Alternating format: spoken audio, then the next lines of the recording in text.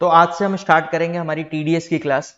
अच्छे से समझना टीडीएस, क्योंकि जॉब जब आप करते हो तो उस टाइम पे टीडीएस बहुत ज्यादा काम आता है। तो आपको बहुत अच्छे से समझना है। टीडीएस बहुत इजी है, कुछ भी इसमें टफ नहीं है। टीडीएस की फुल फॉर्म क्या होती है पहले तो ये आपको पता होना चाहिए। टीडीएस की फुल फॉर्म है टैक्स डिडक्टेड एट सोर्स। थोड़ा सा आपको आगे चल के समझ आएगा। सबसे बड़ा कई लोगों के मन में डाउट आता है कि क्या टीडीएस एक नया टैक्स है। टीडीएस कोई नया टैक्स नहीं है। TDS is not a new tax, it is a part of income tax. आपका जो इनकम टैक्स होता है ना, इनकम टैक्स का ही पार्ट है टीडीएस। कोई अलग से टैक्स नहीं है। ये इनकम टैक्स होता है, इनकम टैक्स के अंदर में ये एक पार्ट होता है टीडीएस का। अब मैं इसको आपको जब डिटेल में समझाऊंगा तो आपको समझ आएगा। लेकिन देखो, कई लोगों को इनकम टैक्स के बारे में डिटेल में पता नहीं होता। तो थोड़ा सा जब तक आप इनकम टैक्स को नहीं समझोगे, जब तक आपको टीडीएस समझने में थोड़ी सी मुश्किल होगी। इसीलिए हम शुरू की कुछ क्लासेस जो होगी, पहली क्लास या फिर मैक्सिमम दूसरी क्लास, इनकम टैक्स के ऊपर लेके चलेंगे। थोड़ा सा आपको इनकम टैक्स की अंडरस्टैंडिंग हो जाए, उसके बाद आप टीडीएस को बहुत इजीली समझ पाओगे। ठीक है, तो पहले तो मैं इनकम टैक्स का स्ट्रक्चर समझाता हूं कि इनकम टैक्स आपको देना किस तरीके से होता है। बहुत अच्छे से समझना इस बात को, बहुत सिंपल चीजें हैं।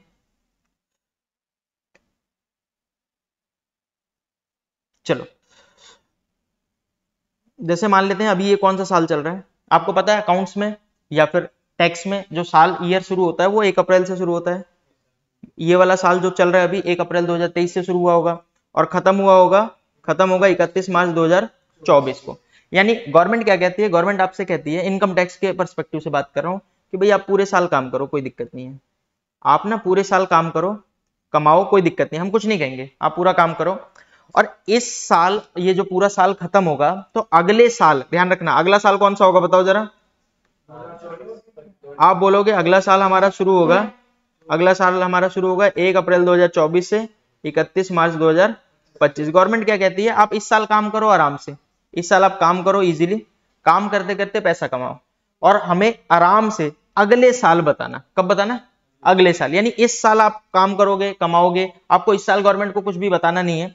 आप अगले साल कब, कोई डेट दे देगी गवर्नमेंट, मैं अभी मान के चल रहा हूं 1 जुलाई 2024 मान लेते हैं, गवर्नमेंट ने डेट दे दी, तो इस साल आप काम करो, और इस साल की जो टैक्स होगा वो आपको कब भरना है? अगले साल आईटीआर फाइल करनी है। ये नॉर्मल केस है। अगले साल आपको क्या करना है? आईटीआर फाइल करनी है। आईटीआर मतलब income tax return, ITR file करना है। और आपका जो टैक्स बनता है आपका, आप अपने हिसाब से कैलकुलेट करोगे। गवर्नमेंट ने कुछ बता रखा है कि भाई इतना कमाओगे तो इतना टैक्स, इतना कमाओगे तो इतना टैक्स। डिटेल में डिस्कस करेंगे अभी आगे चल के।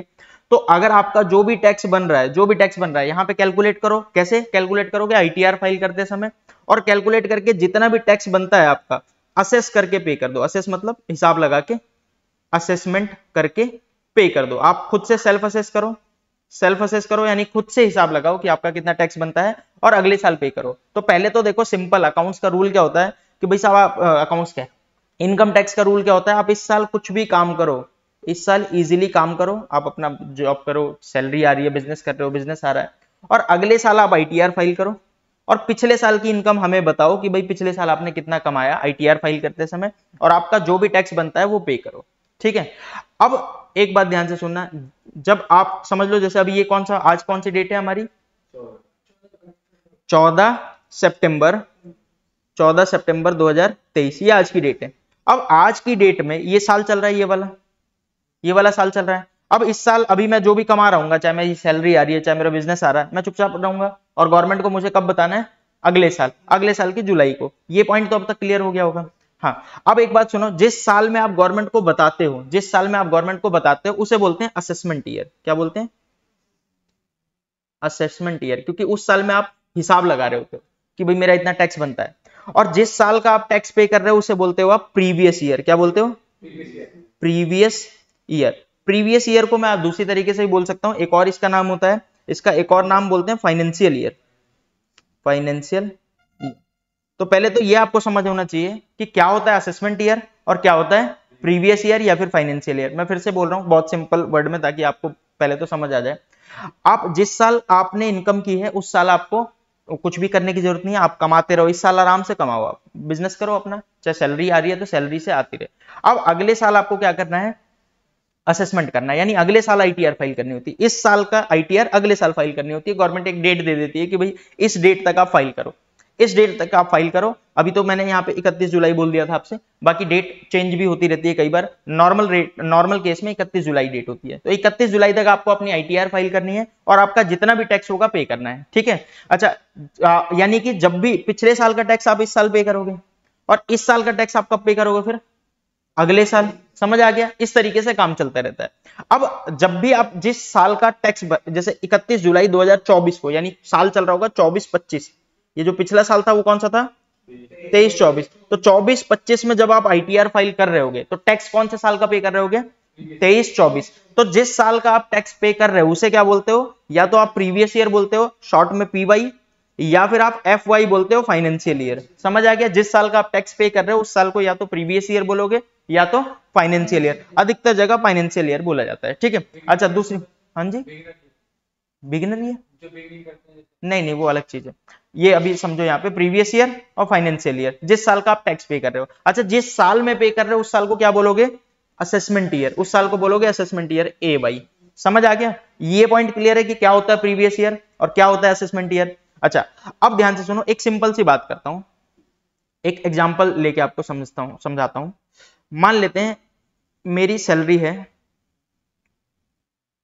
2 लाख रुपए, ध्यान से सुनना, मान लेते हैं मेरी सैलरी है 2 लाख रुपए पर मंथ, हर महीने मेरे को 2 लाख रुपए मिलता है। अच्छा, ये साल कौन सा चल रहा है, 2023, 1 अप्रैल 2023 से साल शुरू हुआ और 31 मार्च 2024 को साल खत्म हुआ। यही होता है ये पूरा साल। अच्छा, इस पूरे साल में मैं कितना कमा लूंगा बताओ जरा, मैं करीब करीब 24 लाख रुपए कमा लूंगा। 24 लाख रुपए मैं करीब करीब इस पूरे साल में जॉब करते हुए कमा लूंगा। क्लियर है? अच्छा, मुझे क्या इस साल कमाते कमाते कुछ करना है, नहीं। गवर्नमेंट ने क्या बोला भाई, आप क्या करो, गवर्नमेंट ने सिंपल बोला है कि भाई इस साल आप काम करो और अगले साल कितने तारीख को, 31 जुलाई को, 31 जुलाई 2024 को, जो अगला साल आएगा, यानी कि 24-25 में आपने कमाया 23-24 में, और आप इन्फॉर्म करो गवर्नमेंट को कब, 24-25 में, और गवर्नमेंट को इन्फॉर्म करके आप क्या करो, पिछले साल का जो टैक्स बनता है दो। अब मान लेते हैं कि मैं कमा रहा हूं, फिर मैं गया CA के पास, मैं पूरा साल काम किया, CA के पास गया 31 जुलाई से 2 दिन पहले 29 जुलाई को गया, मान लेते हैं 29 जुलाई को मैं CA के पास जाके बोला, सर मैंने सुना है कि 31 जुलाई को ITR की लास्ट डेट है, आप मेरी ITR फाइल कर दो। अब गवर्नमेंट वो CA क्या करेगा, आपसे पूछेगा भाई कितना कमाया आपने पिछले साल, आपने सैलरी स्लिप दे दी, CA ने देखा आपकी जो इनकम है वो कितनी बन रही है, 24 लाख, ठीक है। अब मान लेते हैं, सपोज करते हैं, ध्यान रखना अभी मैं एग्जैक्ट नहीं बता रहा, मान लेते हैं इस पे जो टैक्स बनता है वो 5 लाख का बनता है, मान लेते हैं। अब आप ये मत बोलना कि भैया 5 लाख से ज्यादा बनेगा या 5 लाख से कम बनेगा, अरे वो तो बात की चीज है ना, आप अभी मान के चलो कि 5 लाख का टैक्स बन रहा है। अब CA क्या कहता है कि भाई ध्यान से सुनना, आप 29 जुलाई को गए हो, यानी कि अप्रैल मई जून 3-4 महीने इस महीने के भी बीत चुके हैं। अब आपसे बोला जा रहा है, CA कह रहा है भाई 5 लाख रुपए का टैक्स दे दो, आपका टैक्स जमा करना पड़ेगा। क्या यहाँ पे वो एम्प्लॉय सोचेगा कि टैक्स देने को, मान लेते हैं मेरे से बोला जाएगा कि भाई टैक्स जमा कर दो 5 लाख रुपए, मैं कहूंगा ओ भाई सैलरी 2 लाख है महीने की है, और 2 लाख सैलरी है, 1,80,000 तो मैं उड़ा देता हूँ, 10-20 हजार तो बचता ही है मेरे पास, ऐसा ही होता है। और आप क्या कह रहे हो कि पिछले साल जो आपने कमाया था उसका टैक्स 5 लाख दे दो, भाई मैं ITR ही नहीं फाइल करूंगा, क्योंकि ITR फाइल करूंगा तब ना टैक्स देना होगा। CA को बोलेगा एक काम करो सर, बंद करो सारा कुछ, मेरे को कोई ITR नहीं फाइल करनी। अब CA कहेगा सर नोटिस आएगा, ये क्या कहेगा, नोटिस आएगा। अच्छा, इंडिया में कितने लोग हैं भी, 140 करोड़ लोग हैं, और 140 करोड़ लोगों में से मान लेते हैं 10 करोड़ लोग ITR फाइल करते हैं, भाई 10 करोड़ के बाद थोड़ा नोटिस आ जाएगा, और नोटिस आ जाएगा तो भरना होगा, झेल लेंगे, कोई बात नहीं। तो ऐसा कई लोगों की मेंटेलिटी हो सकती थी, गवर्नमेंट को लग रहा था कि यार सारे के सारे अच्छे नहीं होते, कई लोग डरते हैं, बिल्कुल कई लोग समझदार होते हैं कि भाई मैं टैक्स दूंगा तभी तो देश आगे बढ़ेगा। तो कई लोग क्या करते हैं, प्रॉपर अपना काम करते हैं, अपनी ITR फाइल करते हैं, जो टैक्स बनता है वो पहले से बचा के रखते हैं, वो पे कर देते हैं। बट कई लोग बड़े तेज होते हैं, वो कहते हैं भाई भरूंगा ही नहीं मैं, ये क्या है, ये 24 लाख और 5 लाख मेरे बस की नहीं है, 2.5 महीने की सैलरी है 5 लाख रुपए, मैं तो नहीं भरने वाला। तो कई लोग मना कर देते हैं कि मैं ITR नहीं फाइल करूंगा। तो गवर्नमेंट को तो टैक्स चाहिए था, तो गवर्नमेंट ने इसीलिए TDS लेकर आया, गवर्नमेंट ने इसीलिए क्या लेकर आया, TDS का मतलब टैक्स डिडक्टेड एट सोर्स, मतलब आप जहां से कमा रहे हो वहीं से आपका टैक्स काट लिया जाए। अब आप बोल रहे हो यार ये बात समझ नहीं, ये क्या कह रहे हो आप, जहां से आप कमा रहे हो वहीं से आपका टैक्स काट लिया जाए, मतलब अगर आपको कोई एम्प्लॉयर है, एम्प्लॉयर समझ आ रहा है, जहां जॉब करते हो आप तो एम्प्लॉय हो, आप काम कर रहे हो, और आपका जो ओनर है, जिसके पास आप काम कर रहे हो, जिसके पास आप जॉब कर रहे हो, वो बंदा क्या करेगा, आपको सैलरी देने से पहले ही जितना आपका टैक्स बनता है वो TDS काट लेगा। टीडीएस मतलब tax deducted at source. Government को क्या लग रहा था भाई थोड़ा सा रिस्क है, हर इंसान पैसा नहीं देना चाहेगा अगले साल, कई लोग आईटीआर नहीं फाइल करेंगे इसकी वजह से नहीं देंगे, कई लोग टैक्स छुपाने की कोशिश करेंगे इसकी वजह से नहीं देंगे। एक काम करते हैं, थोड़ा सा दिमाग लगाते हैं, यानी टीडीएस कोई अलग से टैक्स नहीं है, इनकम टैक्स का ही पार्ट है, जो आपको इनकम टैक्स पे करना पड़ता है ना, वही टाइम से पहले काट लिया जाए। मतलब अब आप बोलोगे एक चीज थोड़ा सा एक्सप्लेन करो इसको, ध्यान से सुनो। मान लेते हैं मैं हूं, मैंने आपको जॉब पे रखा और आपकी सैलरी फिक्स की कितनी, 2 लाख रुपए पर मंथ, मैंने आपकी सैलरी फिक्स की, हर महीने में आपको 2 लाख रुपए दूंगा। चलो, और गवर्नमेंट क्या कहती है, सुनो आप एम्प्लॉयर हो, आपका काम है आप पहले ही सोच लो कि पूरे साल में ये कितना कमा लेगा। मैंने सोच लिया पूरे साल में आप 24 लाख कमा लोगे, 24 लाख पे आपका टैक्स मान लेते हैं, सिंपल के लिए 4,80,000 लेते हैं, 5 लाख नहीं लेते, सिंपल करने के लिए हम कितना ले लेते हैं टैक्स आपका 4,80,000। आपको पूरे साल में टैक्स कितना देना है, 4,80,000। तो गवर्नमेंट कहती है सुनो 4,80,000 को 12 से डिवाइड कर लो, 12 से डिवाइड कर लो, यानी हर महीने का टैक्स कितना आ रहा है, ये पूरे साल का है ना 4,80,000, तो हर महीने का टैक्स आपका बन रहा है 40,000। तो गवर्नमेंट क्या कहेगी, जब सामने वाले को आप सैलरी दो तो उसमें बोलो कि भाई आपकी सैलरी है 2 लाख रुपए पर मंथ और हम आपका टीडीएस काट ले रहे हैं, टीडीएस जो कि रूल के हिसाब से, मतलब गवर्नमेंट ने रूल दे रखा है कि भाई आपको काटना ही है, सामने वाला मना नहीं कर सकता कि भाई मेरा टीडीएस मत काटो, अगर रूल है आपके ऊपर टीडीएस कटना है तो काटेंगे। अब वो कौन से रूल होते हैं क्या होते हैं वो तो हमें समझना है, आगे चल के समझेंगे, लेकिन अभी आप बात को समझो कि गवर्नमेंट ने एक रूल बोल रखा है, कोई मना नहीं कर सकता कि नहीं भाई आप मेरा टीडीएस मत काटो, अगर आपका टैक्स बनता है तो आपको टीडीएस कटवाना पड़ेगा। और उसकी 40,000 की सैलरी अभी काट लेते हैं और आपको पैसा ही कितना दिया जाएगा, 1,60,000। आपको हर महीने की सैलरी 1,60,000 आपके हाथ में दे दी जाएगी। 40,000 काट के कौन काटेगा, एम्प्लॉयर जो जॉब कर रहा होता है। अच्छा, मेनली तो अकाउंटेंट को काटना पड़ेगा, आप अकाउंटेंट हो गए, अगर आप कंपनी में काम कर रहे हो तो आपको उसका पैसे देने से पहले, उसकी सैलरी देने से पहले आपको उसका टीडीएस काटना पड़ेगा और ये काट के गवर्नमेंट के पास जमा कराना पड़ेगा। तो हर महीना आप ये 40,000 गवर्नमेंट के पास जमा करा दोगे तो कहीं ना कहीं पूरे एक साल में 4,80,000 गवर्नमेंट के पास पहले ही पहुंची हम। अब इससे गवर्नमेंट का दो फायदा हुआ, दो फायदा कौन कौन सा, पहला फायदा जो टैक्स अगले साल मिलना था, जो टैक्स कब मिलना था आपको, अगले साल 31 जुलाई को आईटीआर फाइल करता तब जाके टैक्स देता, वो टैक्स इसी साल मिल गया।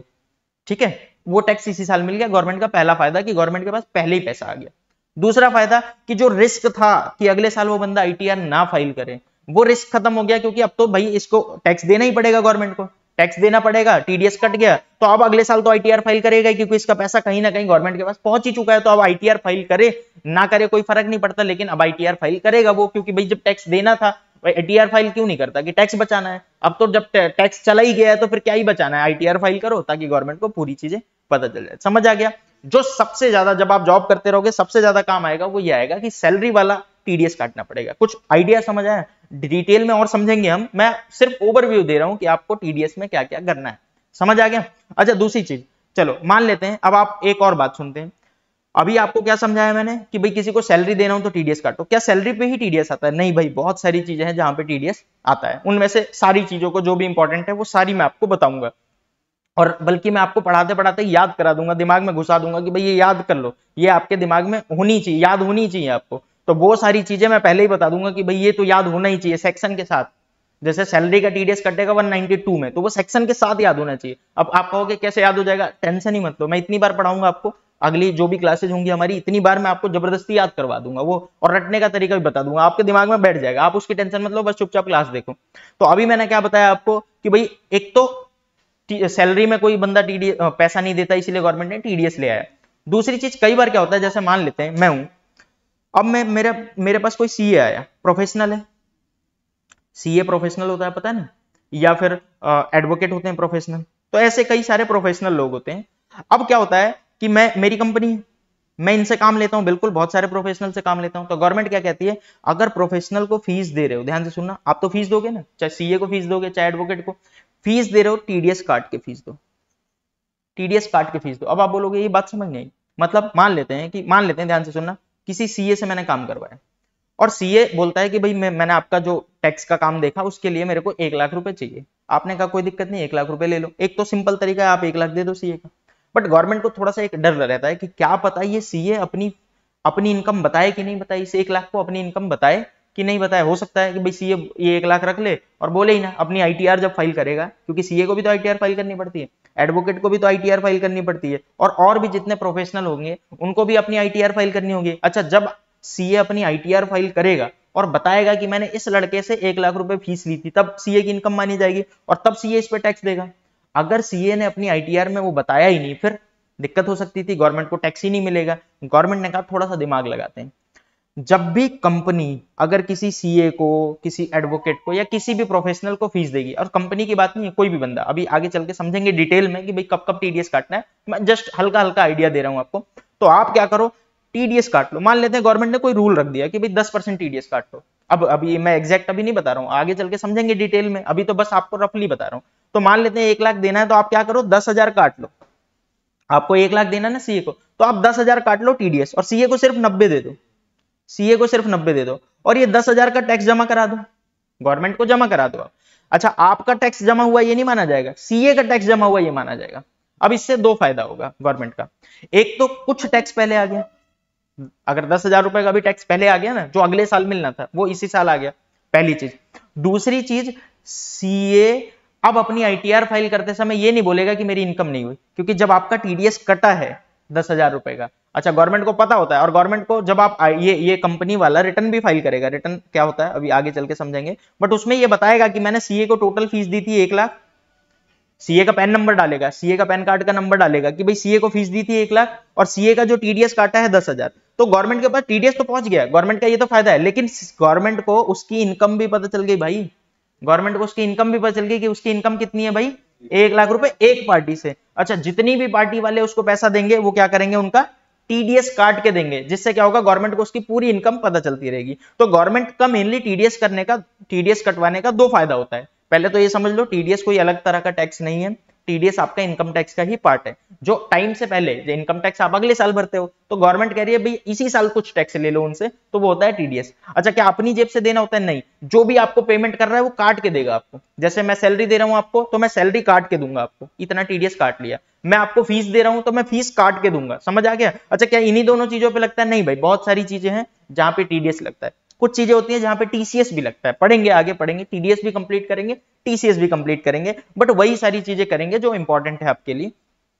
समझ आया मैं क्या कहना चाह रहा हूं। तो क्या होता है कि भाई टीडीएस से फायदा क्या होता है गवर्नमेंट का, तो गवर्नमेंट का टीडीएस से दो फायदा होता है, ध्यान रखना। एक तो जो अगले साल टैक्स मिलना है वो इसी साल मिल गया, ठीक है। दूसरा कि भाई अब सामने वाला अपनी इनकम नहीं छुपा पाएगा, क्योंकि उसका टीडीएस कटा है तो हमारे पास आया है, गवर्नमेंट के पास गया है, तो जब भी टीडीएस काटोगे तो उसकी डिटेल दोगे गवर्नमेंट को कि भाई इसको मैंने इतने रुपए दिए थे, इतना टीडीएस काटा था, तो गवर्नमेंट को आपकी इनकम भी पता चल जाएगी, आप आगे अपनी इनकम को भी नहीं छुपा पाओगे। समझ आ गया, ठीक है।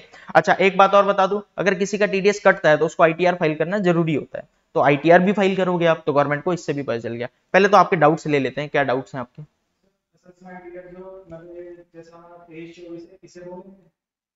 देखो, आप कह रहे हो कि भाई असेसमेंट ईयर प्रीवियस ईयर एक बार क्लियर कराओ, और बोलेंगे किसे, तो एक बात बता दूं, जैसे अभी ये कौन सा साल चल रहा है, 23-24, तो ये प्रीवियस ईयर, ठीक है, ये इस साल का टैक्स मैं अगले साल फाइल करूंगा, इस साल का टैक्स अगले साल फाइल करूंगा, तो अगले साल को क्या बोला जाएगा, असेसमेंट ईयर, और इस साल को क्या बोला जाएगा, प्रीवियस ईयर। अच्छा, एक बात बताओ, क्या इससे भी पीछे कोई साल आया होगा, बिल्कुल 22-23 होगा इससे पीछे, तो 22-23 का टैक्स मैंने कब पे किया होगा बताओ, इस साल पे किया होगा 23-24 में, तो 22-23 मेरे लिए क्या बन गया होगा, मेरे लिए 22-23 प्रीवियस ईयर बन गया होगा, और ये वाला साल कौन सा बन गया होगा, असेसमेंट ईयर। तो मतलब जब आप टैक्स पे करते हो, तो जिस साल आप आईटीआर फाइल करते हो, आईटीआर को समझो, जिस साल आप आईटीआर फाइल करते हो वो आपका असेसमेंट ईयर बोला जाता है, और जिस साल की फाइल करते हो, क्योंकि पिछले साल का आप टैक्स पे करते हो, तो पिछले साल को क्या बोला जाएगा, प्रीवियस ईयर या फिर फाइनेंशियल ईयर। इस चीज को आपको समझाने के लिए आसान से मैंने नोट्स दे रखा है, जिसे आप देख के इजीली समझ सकते हो। तो जैसे जिस साल का भी बात है उसे क्या बोला, जिस साल का भी टैक्स पे करोगे आप, उस साल को बोला जाएगा फाइनेंशियल ईयर या फिर प्रीवियस ईयर, और इसका जो टैक्स जिस साल पे करोगे वो साल कौन सा कहलाएगा, असेसमेंट ईयर 24-25। समझ आ गया। अच्छा, अब एक बात और सुनो, आईटीआर फाइल की एक डेट मैंने दे रखी है यहाँ पे 31 जुलाई 2024, लेकिन ये इंडिविजुअल के लिए होती है, कभी कभी चेंज होते हैं, क्या क्या चेंज होते हैं वो हम आगे चल के डिस्कस करेंगे। आईटीआर फाइल करना होता है और आपको अपना खुद का टैक्स पे करना होता है। सिंपल वर्ड में एक बार फिर से बोल देता हूं भाई, जिस साल आप टैक्स पे कर रहे हो वो साल आपका असेसमेंट ईयर, और जिस साल का पे कर रहे हो वो साल आपका प्रीवियस ईयर या फिर फाइनेंशियल ईयर। क्या ये बात समझ आ गई? इस तरीके से इनकम टैक्स काम करता है। और टीडीएस क्या होता है ये भी पॉइंट समझ आ गया।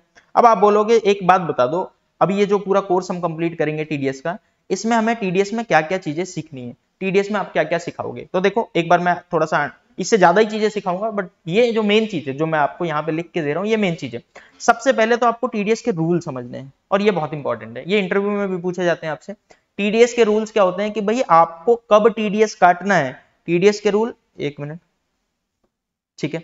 टीडीएस के रूल का मतलब क्या है कि आपको कब कब टीडीएस काटना है। क्या किसी को भी पेमेंट करोगे तो टीडीएस काट लोगे? नहीं। अच्छा, क्या जितना मन करेगा उतना काट लोगे? आप बोलोगे मेरा लकी नंबर है 70, तो मैं 70 रुपए काटूंगा आपका, ऐसे थोड़ा ना कर सकते हो आप। तो टीडीएस के रूल पहले तो आपको समझ आने चाहिए। जब आप जॉब करते रहोगे तो आपको पता होना चाहिए कि मुझे किसकी पेमेंट करते समय टीडीएस काटना है और किसकी पेमेंट करते समय टीडीएस नहीं काटना। समझ आ गया? तो टीडीएस के रूल आपको पहले तो पता होने चाहिए कब टीडीएस काटना है। जैसे जो सबसे ज्यादा लगेगा वो आपकी सैलरी पे लगेगा, ठीक है, प्रोफेशनल फीस पे लगेगा, कमीशन पे लगेगा। आगे चल के मैं आपको डिटेल में समझाऊंगा कि कहां कहां कौन कौन से सेक्शन अच्छे से याद कर लेने। अच्छा, दूसरी चीज, अगर टीडीएस काटना है, मान लेते हैं मुझे पता चल गया कि मुझे इसका टीडीएस काटना है, भाई को पेमेंट करने से पहले मैं टीडीएस काटूंगा, तो कैसे काटना है? ठीक है। अच्छा, काटोगे टीडीएस तो एंट्रीज भी तो करोगे अपनी टैली में। आप अपनी टैली में करो या फिर आप अपने कई लोग एक्सेल पे करते हैं, तो भाई टैली में एक्सेल में करोगे तो कैसे करोगे भाई? एंट्रीज तो आपको आनी चाहिए। हो सकता है इंटरव्यू में आपसे पूछ लिया जाए कॉपी पे करके दिखाओ, तो कॉपी पे भी हम डिस्कस करेंगे, समझेंगे कि टीडीएस अगर किसी का काटना है तो आप कैसे काटोगे और कौन कौन सी एंट्रीज करोगे। समझ आ गया? अच्छा, एक बात बताओ, टीडीएस काट के आप रख लोगे क्या टीडीएस को? आपको वो गवर्नमेंट को जमा कराना पड़ेगा। तो हाउ टू डिपॉजिट टीडीएस? अगर आपने टीडीएस काट लिया किसी का, जो इन सब अभी तक ये जो तीनों बताया, तीनों इंपॉर्टेंट है, क्योंकि पहले तो आपको रूल पता होने चाहिए भाई कब काटना है कब नहीं काटना। काटने के बाद आप कैसे काटोगे, एंट्रीज वगैरह कैसे करोगे अगर किसी का टीडीएस काट रहे हो तो वो। और तीसरी चीज, भाई टीडीएस काट लिया तो जमा कैसे करोगे? आप गवर्नमेंट के पास जाओगे कैसे? आप भाई बिल्कुल आपको जाना पड़ेगा ना, गवर्नमेंट के पास जाओगे तभी तो टीडीएस जमा करोगे। अब आप बोलोगे फिजिकली जाना होता है, ऐसा नहीं है, ऑनलाइन होता है सारा काम। तो ऑनलाइन आपको टीडीएस डिपॉजिट करना होता है। बहुत ईजी कर दिया है गवर्नमेंट ने, अभी बहुत ईजी कर दिया, पहले बहुत टफ था तो अभी ईजी कर दिया है। लेकिन ईजी उसी को लगेगा जिसने समझा है। अगर आपने समझा ही नहीं, आप सोचो कि बिना समझे ही आ जाएगा मुझे सब कुछ, तो नहीं आने वाला। तो टीडीएस कैसे जमा करते हैं, समझ आ गया? ठीक है। अच्छा, एक चीज जो मैंने यहाँ पे नहीं लिखा है, टीडीएस जब भी आप जमा करते हो तो एक रिपोर्ट तैयार करते हो कि किसका किसका टीडीएस कब कब जमा किया। ये रिपोर्ट तैयार करना है, जॉब पे करते समय आपको रिपोर्ट तैयार करनी पड़ती है, तो वो मैं आपको बताऊंगा कि भाई कैसे कैसे करना है। चलो, यहां तक बातें क्लियर है। अच्छा, अब एक बात बताओ, टीडीएस जमा कर दिए तो गवर्नमेंट को, जैसे आप जीएसटी जमा कर देते हो तो जीएसटी की रिटर्न नहीं फाइल करते? बिल्कुल, वैसे जीएसटी की रिटर्न ऐसी होती है, पहले रिटर्न फाइल करो फिर पेमेंट करो। बट टीडीएस में इसका थोड़ा सा उल्टा होता है, पहले जमा करो और फिर रिटर्न फाइल करो। यानी पहले जितना आपका टैक्स बनता है, जितना आपने टीडीएस काटा है, वो जमा करा दो गवर्नमेंट को, और उसके बाद आप रिटर्न फाइल करो। अच्छा, एक बात और थोड़ा सा आइडिया दे दूं, वैसे तो मैं आपको पूरी डेट वोट सब कुछ आगे चल के डिस्कस करेंगे हम, कि किस डेट तक आपको टीडीएस जमा करना होता है, किस डेट तक काटना होता है, रिटर्न की कौन सी डेट होती है, अगर रिटर्न लेट कर दिया आपने या जमा करना लेट कर दिया तो कितना लेट फीस लगेगा, कितना इंटरेस्ट लगेगा, वो सारी चीजें हम डिटेल में आगे डिस्कस करेंगे, क्योंकि ये तो आपको आपके लिए बहुत इंपॉर्टेंट हो जाएगी ये चीज। अभी मैं क्या कह रहा हूं, टीडीएस काट तो लिया लेकिन उसकी रिटर्न कैसे फाइल करोगे, ये भी बहुत इंपॉर्टेंट है। टीडीएस काट तो लिया लेकिन उसकी रिटर्न भी तो फाइल करनी पड़ेगी। अभी तक मैंने आपको यही समझाया ना भाई कि टीडीएस काटोगे और टीडीएस काटने के बाद फिर क्या करना होगा, उनकी रिटर्न फाइल करनी पड़ेगी। यानी गवर्नमेंट को बताना तो पड़ेगा आपको कि भाई मैंने इसका टीडीएस काटा, मैंने इसका टीडीएस काटा, मैंने इसका टीडीएस काटा। क्योंकि जैसे मान लेते हैं मैंने 3 लोगों का टीडीएस काटा 50,000 रुपए, और 50,000 मैंने गवर्नमेंट को जमा कर दिया, तो गवर्नमेंट को पता कैसे चलेगा कि किसका किसका काटा आपने, किसका किसका जमा किया? तो मुझे उनका पैन नंबर बताना पड़ेगा कि भाई इस बंदे का पैन नंबर ये था और मैंने टीडीएस काटा, किस लिए काटा, टोटल पेमेंट कितनी करनी थी, कितना इसका टैक्स बन रहा था, इसकी वजह से मैंने इतना टीडीएस काटा, कौन से सेक्शन में काटा, ये बहुत इंपॉर्टेंट होगा रूल्स के साथ। ठीक है, कि कौन कौन से सेक्शन में टीडीएस काटा है, तो सब समझ आ जाएगा। बहुत इजी, मैं बता रहा हूं, अगर आपने जीएसटी पढ़ा है तो जीएसटी का 10% है, ये समझ लो, 10% भी नहीं 5% है। मतलब जीएसटी तो इसके सामने बहुत टफ है, जीएसटी से तो बहुत ज्यादा इजी है, इसमें कुछ भी नहीं है। पर हाँ, आपको थोड़ा सा कंसंट्रेशन के साथ पढ़ना होगा, ध्यान से देखोगे सब कुछ समझ आ जाएगा। तो यहां तक समझ आ रहा है मैं क्या कह रहा हूं? तो आपको क्या करना है, टीडीएस के रूल पता होने चाहिए, कब काटना है, कैसे काटना है, काट लिया किसी का टीडीएस तो जमा कैसे करना है। अच्छा, जमा भी कर दिया गवर्नमेंट को, तो अब रिटर्न तो फाइल करोगे ना, गवर्नमेंट को तो बताओगे कि भाई आपका किसका किसका मैंने टीडीएस काटा। और सबसे इंपॉर्टेंट चीज, टीडीएस का सर्टिफिकेट कैसे इश्यू करोगे। आप बोलोगे बात समझ नहीं, ये क्या सर्टिफिकेट की क्या बात है? एक बात बताओ, किसी की सैलरी मैंने रख दी 2 लाख रुपए, ठीक है, फिर उसका 40,000 काट के बोल रहा हूं 1,60,000 ले जाओ, क्या ये बोलेगा नहीं भाई 40,000 काटा तो कुछ तो प्रूफ दो? उसी को बोलते हैं टीडीएस का सर्टिफिकेट। टीडीएस का सर्टिफिकेट आपको इशू करना पड़ेगा कि भाई आपका टीडीएस काटा है मैंने, समझ आ रहा है? अच्छा, दूसरी चीज ये, किसी को मान लेते हैं 2 लाख देना है, कॉन्ट्रैक्ट पे काम किया मैंने, और गवर्नमेंट कह रहा है कि भाई काट लो, आप 1% काट लो, मान लेते हैं मैंने 1% काट लिया 2,000, और उसको सामने वाले को पैसे कितने दिए, 1,98,000। अब आप बोलोगे कभी आप 1% बोल रहे हो, कभी आप 5% बोल रहे हो, कभी आप 10% बोल रहे हो। तो मैं एक बात बता रहा हूँ, सब सीखेंगे ना आगे, आप अभी कंफ्यूज मत हो इन सब चीजों पे। अभी आप समझ लो बस टीडीएस काटना है, कितना काटना है वो देखेंगे आगे चल के। मान लेते हैं आपने किसी का 2000 टीडीएस काट लिया, तो क्या वो चुपचाप बैठा रहेगा कि कोई बात नहीं सर, होता होगा जिंदगी में, ऐसे उतार चढ़ाव आते रहते हैं, ऐसा बोलेगा वो? कि बोलेगा कि भैया काटा है तो प्रूफ तो दे दो, कोई सर्टिफिकेट तो दे दो आपने टीडीएस काटा है। तो वो सर्टिफिकेट आपको कैसे इशू करना है, अब इसमें बहुत सारी चीजें और होती हैं कि आपका टीडीएस कटा तो आप कैसे देखोगे, वो भी मैं आपको समझाऊंगा। फॉर्म 26 बोलते हैं, आपका टीडीएस कटा तो आप कैसे देखोगे कि मेरा टीडीएस कटा है, तो वो सब चीजें भी डिटेल में समझेंगे। बट ये जो मेन चीज है जो आपको आनी चाहिए, समझ आया, जॉब करते समय आपको इतनी चीजें तो पता होनी चाहिए। क्लियर है क्या ये पॉइंट? अभी तक मैंने जो समझाया वो सब समझ आ गया या उसमें कोई डाउट है? हाँ पूछिए। हाँ आप किसी का टीडीएस जमा करते हो, ठीक है, तो आपको तो प्रॉफिट है, आपको पैसा मिलता है उस चीज का। हाँ अगर कंपनी हमारे मान लो हमारा कंपनी टीडीएस काट रही है सैलरी में से डायरेक्ट, या हम काट रहे हैं किसी एम्प्लॉय का, तो हमारा क्या फायदा होगा? देखो भाई, आपका जो क्वेश्चन है, ऑनलाइन जो क्लास देख रहे हैं उनको नहीं सुनाई दिया होगा आपका क्वेश्चन। आपका क्वेश्चन है कि टीडीएस काटने से हमारा क्या फायदा, टीडीएस काटने से हमारा क्या फायदा। थोड़ा सा मैं आपको बताता हूँ। जैसे आप कह रहे हो कि मान लेते हैं मैंने किसी को जॉब पे रखा, सैलरी रखी 1 लाख या 2 लाख रुपए, ठीक है, 2 लाख सैलरी रखी। अब गवर्नमेंट कह रही है टीडीएस काटो, मैंने टीडीएस काट लिया 40,000 रुपए, तो मेरा क्या फायदा भाई इसमें? मैंने उसको 1,60,000 दिए जो जॉब कर रहा है, और 40,000 दिया गवर्नमेंट को, तो मेरा क्या फायदा इसमें? मैं क्यों करूं ये सब काम? पहली बात तो ये रूल्स हैं, आपको फॉलो करना पड़ेगा, अदरवाइज आप पे रेस्ट्रिक्शन, आप गवर्नमेंट पेनल्टी लगाएगी कि भाई जब आपको टीडीएस काटना था आपने क्यों नहीं काटा, पहली चीज। तो एक तो ये बात समझो कि भाई अगर रूल आप पे आ रहा है कि आपको टीडीएस काटना है तो आपको काटना ही पड़ेगा। आप एक्सक्यूज नहीं कर सकते कि भाई मैं क्यों नहीं काटूं, मैं क्यों काटूं, मेरी मर्जी, मैं नहीं काटूंगा, ऐसा नहीं कर सकते, आपको काटना पड़ेगा पहली चीज। जैसे आप पे जीएसटी का रूल आता है तो जीएसटी फॉलो करना, काटना ही पड़ेगा। सेम इसी तरह अगर आप पे इनकम टैक्स आ रहा है, टीडीएस आ रहा है, तो आपको वो काटना ही पड़ेगा, पहली चीज। दूसरी चीज, दूसरा फायदा ध्यान से सुनो, गवर्नमेंट कहती है ना कि अगर आप पे टीडीएस काटना था, ध्यान से सुनो, मान लेते हैं मेरी इनकम है पूरे साल की, मैं बिजनेस करता हूं, मेरी इनकम है पूरे साल की 10 लाख रुपए। ध्यान से सुनना बात को, इस बात को, मेरी इनकम है 10 लाख, और मेरा जो खर्चा है वो मान लेते हैं मेरा सिर्फ एक खर्चा है 2 लाख रुपए सैलरी, मैं इस एक ही बंदे को सैलरी देता हूं, वही मेरा खर्चा है बस, और कोई खर्चा नहीं है, तो मेरा 2 लाख का खर्चा है। मतलब अगर पूरे साल में 2 लाख देता हूं, पूरे साल में अगर जितना भी देता हूं, अभी ऐसे रफली मान लेते हैं, तो मेरी इनकम कितनी होगी? 8 लाख, और मुझे टैक्स पे कितना पे देना पड़ेगा? 8 लाख पे, क्योंकि 10 लाख में से मैंने 2 लाख खर्च कर दिया। लेकिन अगर मैंने उसका टीडीएस नहीं काटा, तो गवर्नमेंट कहेगी अगर आपका रूल आप पे बनता था कि आपको टीडीएस काटना है, फिर भी आप टीडीएस नहीं काट रहे, हम आपको खर्चा अलाउ नहीं करेंगे, हम आपको खर्चा ही अलाउ नहीं करेंगे, आपका ये खर्चा ही नहीं माना जाएगा। क्यों? आपने टीडीएस क्यों नहीं काटा? अगर आपका खर्चा था तो आप काटो ना टीडीएस, आपने टीडीएस नहीं काटा, हम आपका खर्चा अलाउ नहीं करेंगे। छोड़ो, आपकी इनकम कितनी मानी जाएगी? 10 लाख, तो आपको 10 लाख पे टैक्स देना पड़ेगा। तो कोई क्यों देना चाहेगा एक्स्ट्रा टैक्स? भी जब आपका रूल बनता है, आप पे आता है रूल, तो आपको टीडीएस काटना ही पड़ेगा। समझ आ गया मैं क्या कह रहा हूं? क्लियर है ये पॉइंट?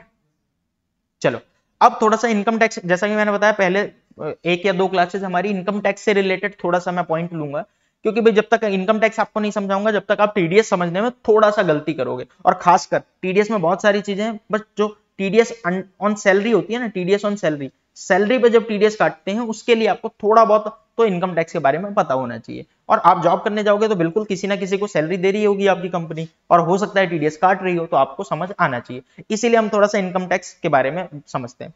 तो एक बात ये लिखा हुआ है, मैं पहले तो थोड़ा सा आपको अलग से साइड में लिख के समझा देता हूं। देखो, गवर्नमेंट ने एक बात बोली, कोई भी इनकम कैसे कमाता है? आप बोलोगे कैसे कमाता है? तो गवर्नमेंट ने बोला टोटल 5 हेड होते हैं, किसी की भी इनकम कमाने के टोटल कितने हेड होते हैं? 5। सबसे पहला वो जो कमा सकता है वो सैलरी से कमाता है, नॉर्मल सी बात है, एक आदमी किससे पैसा कमा सकता है? सैलरी से। दूसरा दूसरा हाउस प्रॉपर्टी, हाउस प्रॉपर्टी समझते हो? मान लेते हैं आपके पास घर है और आपने उसको रेंट पे दे रखा है, तो आप उससे इनकम कमा रहे हो, तो उसे बोलते हैं हाउस प्रॉपर्टी की इनकम। तो एक आदमी कैसे कैसे पैसा कमा सकता है? या तो सैलरी से। दूसरा, मेन 5 होते हैं, याद रखना है आपको, पहली सैलरी, दूसरी हाउस प्रॉपर्टी, तीसरा आप कैपिटल गेन से कमा सकते हो। क्या कह रहा हूं मैं?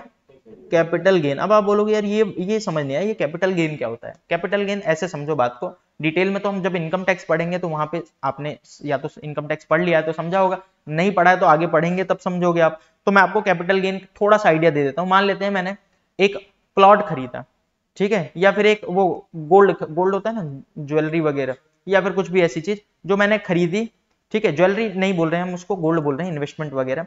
आपने कोई चीज खरीदी, जमीन ले लेते हैं हम सिंपल आपको समझाने के लिए, एक जमीन खरीदी मैंने, मान लेते हैं 20 लाख रुपए की, 3 साल पहले या 4 साल पहले। अब आज उसे मैंने 40 लाख में बेच दिया, खरीदा था 20 लाख में, आज बेच दिया 40 लाख में, क्या आपने क्या इनकम नहीं कमाई है? इसी को बोलते हैं कैपिटल गेन, इसी को बोलते हैं कैपिटल गेन। अब आप कहोगे कि भाई इसमें तो बहुत सारी चीजें हो सकती हैं, मान लेते हैं जमीन खरीदा, जमीन पे कुछ खर्चा किया, तो गवर्नमेंट वो खर्चा वगैरह देती है आपको, पर अल्टीमेटली आपको जितने का प्रॉफिट हो रहा है उस प्रॉफिट पे आपको कहीं ना कहीं टैक्स देना पड़ेगा। उस टैक्स को क्या बोलोगे? Capital gain. यानी कोई भी असेट्स आपने खरीदा और फिर फ्यूचर में उसे महंगा बेच दिया, तो उस पे जो प्रॉफिट होगा, आपको जो प्रॉफिट अराइज होने वाला है, उसको क्या बोला जाएगा? Capital gain. तो आपको इस पे भी टैक्स देना पड़ेगा। तो एक आदमी नॉर्मली कैसे पैसा कमाता है? सैलरी पे, हाउस प्रॉपर्टी से, कैपिटल गेन से, पीजीबीपी। अब आप बोलोगे पीजीबीपी क्या होता है? Profit and gain from business, profit and gain from business and profession, इसे बोलते हैं शॉर्ट में, मैंने पीजीबीपी लिख दिया, फ्रॉम बिजनेस या फिर प्रोफेशन। यानी कि आप प्रॉफिट कमा रहे हो, या प्रॉफिट कमा रहे हो, या गेन भी फायदा ही होता है, आप फायदा कमा रहे हो, किससे कमा रहे हो? बिजनेस से या प्रोफेशन से। अब आप बोलोगे बिजनेस का मतलब क्या होता है? भाई मैं बिजनेस कर रहा हूं, बिजनेस तो आपको पता है, कोई बिजनेस करता है, किसी की इनकम कैसे हो सकती है? सैलरी से। अभी हाउस प्रॉपर्टी समझाया, अभी कैपिटल गेन समझाया, और कोई बिजनेस कर रहा है तो उससे भी तो प्रॉफिट कमा सकता है। तो बिजनेस का जो प्रॉफिट आ रहा है या फिर प्रोफेशन का प्रॉफिट आ रहा है। प्रोफेशन क्या होता है? जैसे चार्टर्ड अकाउंटेंट एक प्रोफेशन होते हैं, प्रोफेशनल होते हैं, सुना होगा आपने। तो वो क्या करते हैं कि वो जैसे डॉक्टर हो गए, वो भी क्या होते हैं? प्रोफेशनल होते हैं। वो आपको, वो कोई बिजनेस नहीं कर रहे होते, उन्होंने अपना एक ऑफिस खोला होता है, वो प्रोफेशनल है, बैठे हुए हैं, आप आते हो, आप उनसे एडवाइस लेते हो, उसके बदले उनको पैसा देते हो। जैसे डॉक्टर को आप जाते हो, डॉक्टर से बोलते हो सर बुखार आ गया, बताओ क्या करूं, तो डॉक्टर बोलता है ये वाली दवाई खा लो, और आपको 500 रुपए आप उससे ले लेता है। तो ये कौन सी फीस है? Professional fees. तो अगर कोई प्रोफेशनल से फीस ले रहा है, प्रोफेशनल से इनकम कमा रहा है या बिजनेस से, तो ये भी आपको टैक्स इस पे भी देना पड़ेगा। अब आप बोलोगे इसके सिवा और भी कुछ होता है? हाँ भाई, अदर सोर्स।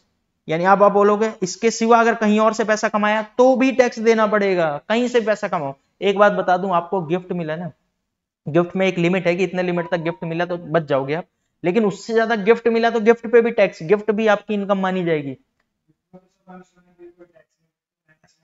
हाँ, मैरिज पे मिलता है गिफ्ट तो नहीं लगता। जब हम ये इनकम फ्रॉम अदर सोर्स थोड़ा बहुत जब इनकम टैक्स में पढ़ेंगे तो मैं आपको वहां पे समझाऊंगा ये चीज कि भाई गिफ्ट में कब गिफ्ट मिलेगा तो टैक्स नहीं लगेगा, कब गिफ्ट मिलेगा तो आपको टैक्स लगेगा। तो यहाँ तक कि गिफ्ट पे भी टैक्स देना पड़ता है, लॉटरी पे भी टैक्स देना पड़ता है। आप लॉटरी में जीत गए उस पर भी टैक्स दो, आपको पैसा पड़ा हुआ मिल गया उस पर भी टैक्स दो। ठीक है, अब आप वो लोग बताएंगे नहीं, आपने नहीं बताया तो बात अलग है, बट अगर आप बता रहे हो तो आपको टैक्स देना पड़ेगा। यहाँ तक कि एक नोटिफिकेशन आया था, थोड़ा सा मुझे याद है, कि आप फोन पे जो आपको रिवॉर्ड्स मिलते हैं ना, उस पे भी आपको टैक्स देना पड़ेगा, वो रिवॉर्ड्स अगर पैसे में है तो। लेकिन ये तो बहुत छोटे मिलते हैं, 5 रुपए 10 रुपए, बट अगर आपको 5 लाख 10 लाख मिल गया तो उस पे भी आपको टैक्स देना पड़ेगा। एक बात समझ लो, आप गवर्नमेंट क्या कह रही है भाई, किसी की इनकम 5 तरीके से ही हो सकती है, salary, house property, capital gain, या फिर बिजनेस या प्रोफेशन से। और अगर आपके इन चारों में कहीं नहीं आई तो अदर सोर्स में डाल देंगे कि भाई अदर सोर्स, आप कहीं और से पैसा लाए हो, तो कहीं से भी पैसा लाए आपको टैक्स देना पड़ेगा। पहले तो आपकी जो भी इनकम होगी, किसी का भी इनकम होगी, तो आपको ये पांचों चीजें पूछनी है कि भाई बताओ कितनी कितनी इनकम है, पांचों को आपको जोड़ना है। तो इसे बोलते हैं ग्रॉस टोटल इनकम, इसे क्या बोलते हैं? Gross total income. अच्छा, अब आपके मन में आएगा क्या इस वाली इनकम पे टैक्स देना पड़ता है? नहीं, गवर्नमेंट कहती है नहीं भाई, इतने भी हम दयालु निर्दयी नहीं है कि आपको इस इनकम पे टैक्स देना पड़े। पहले तो ये पांचों जोड़ लो आप, फिर हम आपको कुछ डिडक्शन देंगे, डिडक्शन 80C से लेके 80U तक। आप इसे ऐसे भी बोल सकते हो, चैप्टर 6A। अब आप बोलोगे पता नहीं क्या क्या बोल गया, आप बाद में डिस्कस करेंगे, डिडक्शन अच्छे से समझेंगे हम।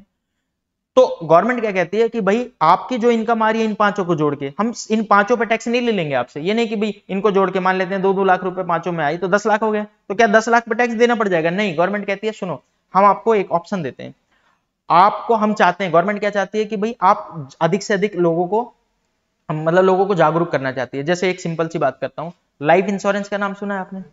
तो लाइफ इंश्योरेंस में होता क्या है, जैसे मान लेते हैं गवर्नमेंट क्या कहती है कि लाइफ इंश्योरेंस पता है क्या होता है, जैसे कि अगर एक आदमी अचानक से मर गया, ठीक है, कई बार आप इंडियन फैमिली में आप देखते हो तो अगर 5 लोग या 6 लोग होते हैं, मोस्टली ऐसा होता है, उनमें से कोई एक ही वर्किंग कर रहा होता है, 4 बाकी के वर्किंग नहीं कर रहे होते, वो या तो घर के होते हैं, मतलब लड़कियां होती हैं मोस्टली, लड़कियां होती हैं या बच्चे होते हैं, तो वो क्या होते हैं, वर्किंग नहीं कर रहे होते, कोई एक ही बंदा वर्किंग कर रहा होता है, वो पूरी जिम्मेदारी संभाल रहा होता है। अब उसने लाइफ इंश्योरेंस नहीं लिया और बाई चांस भगवान न करे उसकी डेथ हो जाए, उसकी डेथ हो गई तो फैमिली गरीब हो गई।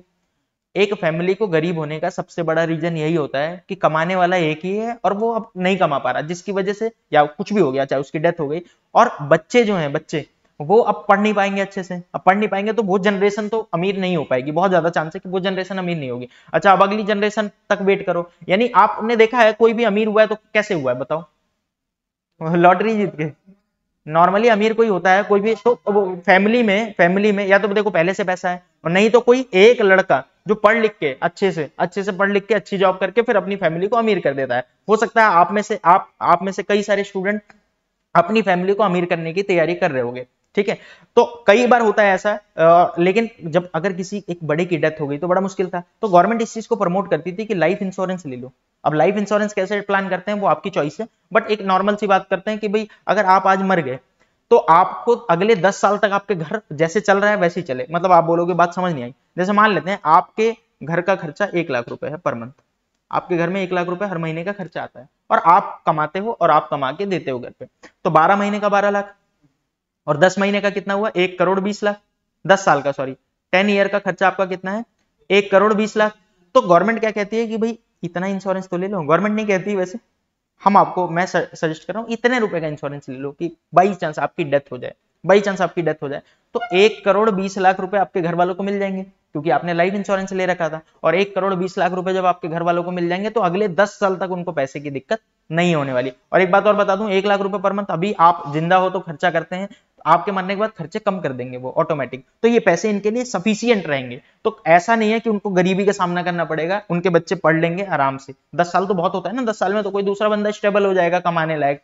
तो इसीलिए गवर्नमेंट प्रमोट करती है कि भाई आप LIC लो।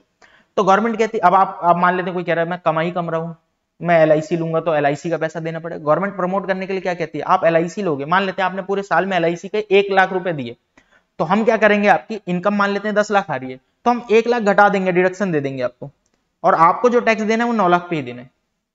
कुछ समझ आया कि भैया अगर मान लेते हैं आपकी टोटल इनकम आ रही है 10 लाख और आपने LIC में पैसा लगाया 1 लाख रुपए, तो हम क्या करेंगे, आपसे सिर्फ टैक्स कितने रुपए पे लेंगे, 9 लाख पे। हम आपकी इनकम जो नेट इनकम है, नेट टैक्सेबल इनकम, ये हम क्या मानेंगे, आपकी इनकम सिर्फ कितनी है, 9 लाख रुपए, और 9 लाख रुपए ही है आपकी इनकम, और आपको इस पे ही टैक्स देना पड़ेगा। समझ आ गया बात, ठीक है।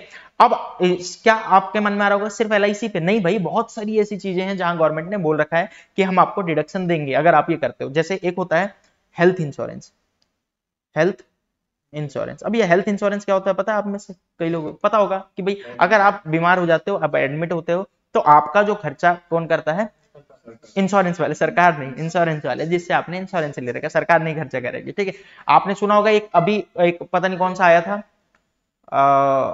आयुष्मान, ऐसे कुछ आयुष्मान करके कोई योजना है जिसमें गवर्नमेंट, आयुष्मान भारत शायद, तो गवर्नमेंट उसमें हेल्थ इंश्योरेंस दे रही है, बट गवर्नमेंट प्रमोट करती है कि भाई आप हेल्थ इंश्योरेंस लो।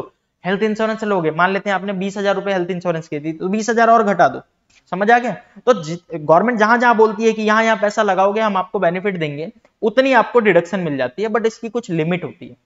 तो एक तो गवर्नमेंट प्रमोट कर रही है कि भाई आप अच्छा काम करो, दूसरी चीज यहां तक कि डोनेशन देने पे भी, अब आप बोलोगे मैंने भिखारी को दिया था 50 रुपए, क्या वो घट जाएगा यहाँ से, नहीं, ऐसे नहीं, जेन्युइन डोनेशन, कौन सी जगह पे आपने दिया उसकी रिसिप्ट होनी चाहिए आपके पास, जैसे प्रधानमंत्री कोष में, या पता नहीं बहुत सारी चीजें होती हैं जो मैं बताऊंगा आपको, लिस्ट पूरी दे दूंगा कि यहाँ यहाँ डोनेशन करोगे तो गवर्नमेंट आपसे उतने रुपए पे, जितना आपने डोनेशन दिया उतने रुपए पे गवर्नमेंट आपसे टैक्स नहीं लेगी, गवर्नमेंट कहेगी इतना छोड़ दिया जाता है। तो ये कई सारी डिडक्शन होती है। तो टैक्स का तरीका इस तरीके से होता है, और आपको ये जो 9 लाख बचा ना, इस पे टैक्स देना पड़ेगा, ध्यान रखना, इस 9 लाख रुपए पे आपको टैक्स देना पड़ेगा। कुछ समझ आया मैं क्या कहना चाह रहा हूं। तो गवर्नमेंट कैसे कहती है, देखो मैंने यहाँ लिख भी रखा है, आप देख लेते हैं, आपको नोट्स मिल गए होंगे सारे के सारे, ठीक है, देख लेना और अच्छे से देख लेना। कोई डाउट हो तो अगली क्लास में पहले आते ही डाउट क्लियर करना, उसके बाद हम आगे बढ़ेंगे।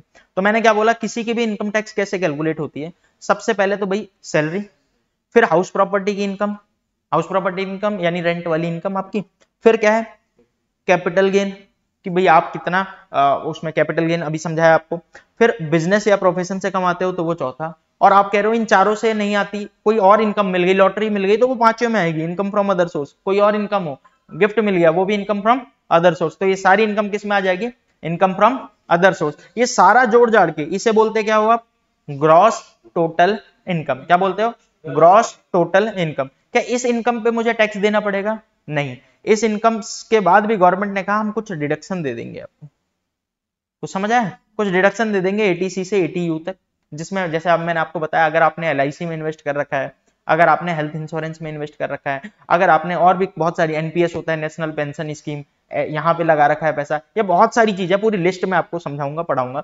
तो अगर इन सब जगह पे आपने पैसे लगा रखे हैं तो गवर्नमेंट कहेगी इसे भी घटा दो, कोई दिक्कत नहीं, आप इस पैसे पे भी टैक्स मत दो। आपकी इनकम मान लेते हैं 12 लाख आ रही थी और आपने 2 लाख ऐसी जगह लगा रखा है जो गवर्नमेंट चाहती है कि आप ऐसी जगह लगाओ, तो गवर्नमेंट कहेगी अब आपकी इनकम कितनी मानी जाएगी, सिर्फ 10 लाख, और इसी को बोला जाएगा नेट टैक्सेबल इनकम, और आपको टैक्स इस अमाउंट पे देना है। कुछ समझ आया, आपको टैक्स जो है इस अमाउंट पे देना है। क्लियर हुआ, ये पॉइंट क्लियर हुआ मैं क्या कहना चाह रहा हूं, समझ आया।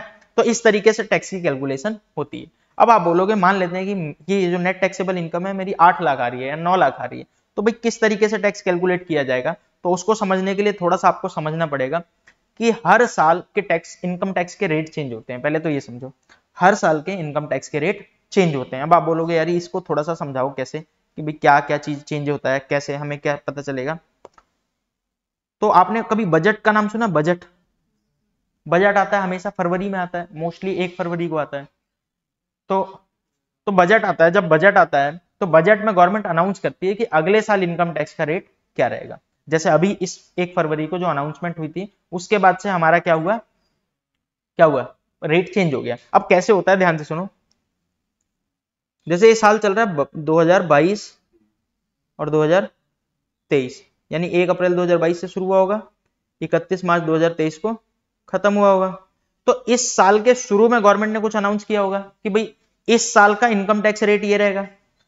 तो इस साल आप कमाओगे, 22-23 में आप कमाओगे, और ITR कब फाइल करना है आपको, 31 जुलाई 2023 में।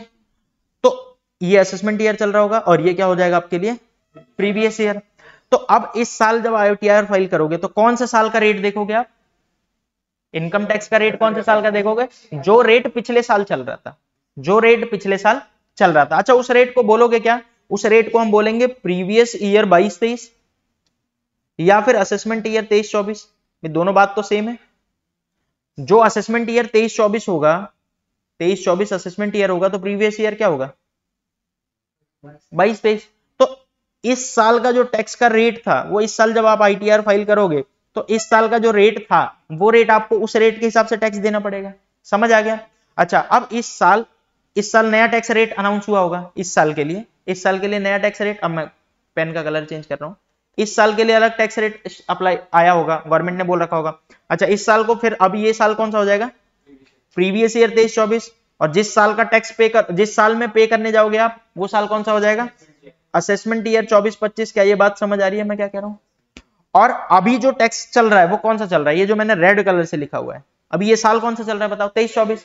अभी ये साल कौन सा चल रहा है, 23-24। और जब अभी इस साल का आप टैक्स पे करोगे तो कब करोगे, अगले साल। ITR फाइल करोगे तो कब करोगे, अगले साल। तो ये वाला जो रेट चल रहा है, अभी जो रेट चल रहा है, आप उसे अगर असेसमेंट ईयर बोलोगे तो 24-25 बोलोगे, और प्रीवियस ईयर बोलोगे तो 23-24 बोलोगे। क्या ये बात समझ आई मैं क्या कहना चाह रहा हूं, कि अभी जो रेट चल रहा है ये वाला। अच्छा, लेकिन एक बात बताओ, अभी जैसे 31 जुलाई तक किसी ने रिटर्न फाइल नहीं की, किसी ने रिटर्न फाइल नहीं की है, कई लोग लेट रिटर्न फाइल करते हैं, तो अगर 31 जुलाई तक किसी ने रिटर्न फाइल नहीं किया, अच्छा कुछ लोगों को गवर्नमेंट खुद से लेट बोलती है कि आप लेट तक दे दो, तो जिसने लेट रिटर्न फाइल की है वो अभी मान लेते हैं सितंबर चल रहा है, तो सितंबर तक नहीं फाइल किया अभी तक, तो आप फाइल करेंगे। अब अगर आप, मैंने फाइल किया लेकिन पिछले साल वाला फाइल किया, पिछले साल वाली रिटर्न अब फाइल करूंगा, तो पिछले साल वाला रेट लगेगा ना। तो पहले तो समझो हर साल रेट चेंज होता है, तो अभी जो पिछले साल रेट चल रहा था वो कौन सा चल रहा था, प्रीवियस ईयर 22-23 या फिर असेसमेंट ईयर 23-24, आप इसे बोल सकते हो, दोनों में से कुछ भी बोलो, बात सेम है। अच्छा, जो अभी रेट चल रहा है, मैं रेड कलर के पेन से ले रहा हूं, अभी जो रेट चल रहा है वो कौन सा चलेगा, असेसमेंट ईयर 24-25 और प्रीवियस ईयर 23-24। यानी इस साल जो अभी साल चल रहा है हमारा 23-24 चल रहा है, इस साल आप जो भी कमाओगे उसका टैक्स देना है 24-25 में, तो इसीलिए इस साल वाला रेट मैं पहले समझाऊंगा आपको। तो अभी TDS में हमें सिर्फ यही वाला रेट समझना है। TDS जब मैं आपको पढ़ा रहा हूं तो सिर्फ इसी साल वाला रेट समझेंगे बस, पिछले साल वाला रेट समझने का कोई लॉजिक नहीं है यहाँ पे, क्योंकि TDS काटना है कब आपको, अभी इसी साल तो काटना है, और इस साल काटोगे तो कौन से टैक्स से काटोगे, इसी साल के टैक्स से काटोगे। इसी साल के टैक्स से काटोगे। पिछले साल तो बीत चुका है ना, अब पिछले साल का तो आपको काटना नहीं है। लेकिन जब हम इनकम टैक्स समझेंगे, आईटीआर समझेंगे, तो मैं आपको दोनों रेट बता दूंगा, दोनों, पिछले साल वाला रेट भी बता दूंगा कि क्या चल रहा था, क्या पता कोई आपसे पूछ ले, और इस साल वाला रेट भी बता दूंगा। बट टीडीएस में हम सिर्फ और सिर्फ इस साल के रेट को लेके चलेंगे, क्योंकि टीडीएस काटोगे तो इस साल। अच्छा, अब अगले साल टीडीएस काटोगे तो मान लेते हैं मैं ग्रीन कलर से ले रहा हूं अगले साल का। अगले साल का कौन सा ईयर होगा? 24-25 प्रीवियस ईयर। और उसका टैक्स कब पे करना होगा? 25-26 में। 25-26 में वो असेसमेंट ईयर बन जाएगा। और अगले साल टीडीएस कौन से रेट से काटोगे? जो अगले साल रेट चलेगा। समझ आ गया? तो हर साल का रेट बदलता रहता है, पहले तो ये समझो। और अभी आप इस वाले साल में हो, अभी आप इस वाले साल में हो। कौन सा साल चल रहा है? प्रीवियस ईयर 23-24 चल रहा है, ये वाला चल रहा है प्रीवियस ईयर 23-24। तो इस साल जो भी टीडीएस में आप काटोगे वो इस साल के रूल से काटोगे। समझ आ गया? इस साल का जो भी रेट चल रहा होगा उस रेट से काटोगे। अब आप बोलोगे क्या रेट ज्यादा चेंज होता है? थोड़ा सा आइडिया दे दो। तो मैं बताऊं, नहीं, बहुत ज्यादा रेट चेंज नहीं होता, बहुत माइनर चेंजेस होते हैं, बहुत छोटे छोटे चेंजेस होते हैं जो आपको 1 मिनट में याद हो जाएंगे। जब भी आप एक बार आप समझ लिए ना, तो अगले साल क्या चेंज हुआ आपके लिए वो समझना मुश्किल नहीं होगा। कि हो सकता है कि कोई चीज 10% की जगह 5% कर दे, हो सकता है इनकम टैक्स में कुछ चेंज कर दे, तो बहुत बेसिक चीजें वो चेंज करते हैं। तो ऐसा नहीं है कि आपके लिए समझना बड़ा मुश्किल हो जाएगा, यार अगले साल क्या करेंगे। कोई दिक्कत नहीं, अगले साल जो भी नोटिस आएगा, जो भी चेंज आएंगे, पहले तो मैं एक वीडियो बना के डाल दूंगा कि भाई ये अगले साल चेंज आया, तो अगले साल भी आप कनेक्टेड रहना हमसे, यूट्यूब पे कनेक्टेड रहना, जिससे क्या होगा कि अगले साल में जो भी चेंज हुआ है टीडीएस में, बस एक वीडियो में, क्योंकि रेट ही चेंज होते हैं और कुछ चेंज नहीं होता, तो रेट जो भी चेंज हुआ है वो मैं अगले एक वीडियो में बता दूंगा और आपको समझ आ जाएगा कि भाई हाँ ये रहा। ठीक है, अभी आपके लिए ये साल चल रहा है और इस साल के हिसाब से आपको समझना है। क्लियर हुआ मैं क्या कहना चाह रहा हूं? ठीक है, अब ध्यान से सुनो एक और बात, हर साल में 2 रेट चलते हैं। अब आप बोलोगे अरे क्या बोल रहे हो आप, पहले तो हर साल चेंज होता है और हर साल में भी 2 रेट चलते हैं, एक ओल्ड टैक्स रेजिम में और एक न्यू टैक्स रेजिम में। अब आप बोलोगे यार बात समझ नहीं आई, क्या बोलना चाह रहे हो आप, और इतना कॉम्प्लिकेटेड है क्या? ये कॉम्प्लिकेटेड नहीं है, बस आप पहली बार सुन रहे हो इसलिए आपको लग रहा है कि अरे पता नहीं क्या क्या चीजें। अभी मैं रेट समझाऊंगा आपको बड़ा आसान लगेगा, अभी तो मैं आपको सारी चीजें बता रहा हूँ कि भाई क्या क्या होता है। पहले तो ये समझो, हर साल का इनकम टैक्स का रेट चेंज होता है, हर साल इनकम टैक्स का रेट चेंज होता है। नॉर्मली टीडीएस नहीं चेंज होता, बट छोटा मोटा चेंज आता है। हाँ हाँ कर दो।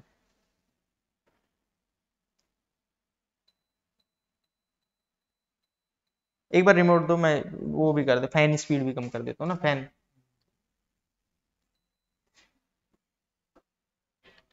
ठीक है, मैंने फैन स्पीड भी कम कर दी, अब आपको नहीं ठंड लगी, फिर भी लगेगी तो बता देना। पढ़े?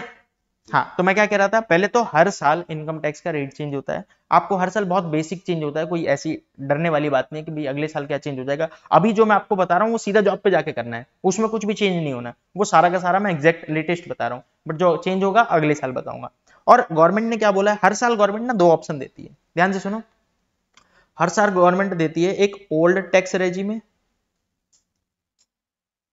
इसमें टैक्स आपका अलग बनेगा, और एक देती है न्यू टैक्स रेजिम, इसमें गवर्नमेंट आपको अलग ऑप्शन देती है। गवर्नमेंट क्या कहती है, भाई 2 तरह के टैक्स हैं, ओल्ड टैक्स रेजिम है, हर साल 2 तरह के, अभी पिछले कुछ दिन सालों से चल रहा है, बहुत पुराने अगर आप देखोगे तो एक ही चलता था, बट अब क्या गवर्नमेंट ने कर दिया, 2 तरह के टैक्स रेजिम में डाल दिए, एक ओल्ड और एक न्यू। दोनों से टैक्स अलग अलग कैलकुलेट होगा, दोनों से टैक्स आपका अलग बनेगा, और आप दोनों से कैलकुलेट करोगे, यानी आपको पहले तो समझो दोनों आना चाहिए, और दोनों से कैलकुलेट करने के बाद आपका जिसमें टैक्स कम बनता है वो वाला चूज कर लो, यानी आपके पास ऑप्शन होता है कि चूज कर लो।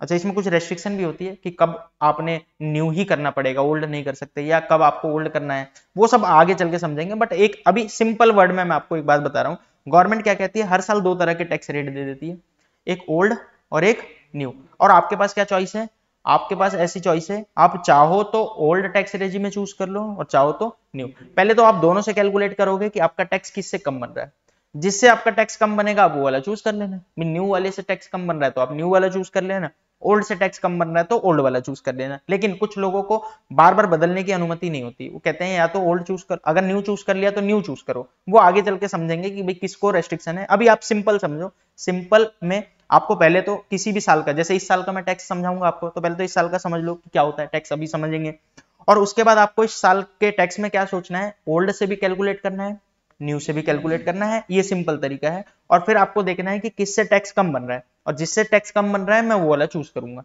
एक नॉर्मल केस में मैं ये कह रहा हूं, समझ आ गया।